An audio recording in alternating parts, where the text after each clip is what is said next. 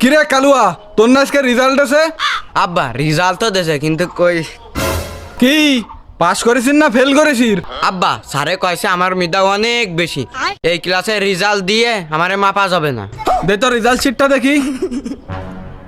হ্যাঁ না আব্বা, তোর রেজাল্টের কি অবস্থা? বাংলায় 0, অঙ্কয় 0, ইংলিশেও পাইছি 0। এই অবস্থা কেন তোর রেজাল্টের? এলাকায় মান সম্মান থাকবে না আমার এই রেজাল্ট নিয়ে? কিরে মেহেদি, কি খবর? শুনলাম কালুয়ার বলে রেজাল্ট এসে বাজারে সমালোচনা চলতেছে। কি সমালোচনা চলতেছে? লোকজন বলতেছে তোর কাইলো বলে 0 পাইছে। তো কাইলো শোনা পড়াশোনা মানে মেলা করিলে তাই না? কাকা হ্যান্ডকে সময় বেশি পড়াশোনা করলে মাথায় হ্যাং হয়ে যায়। তাহলে কনকে সময় করতে হবে?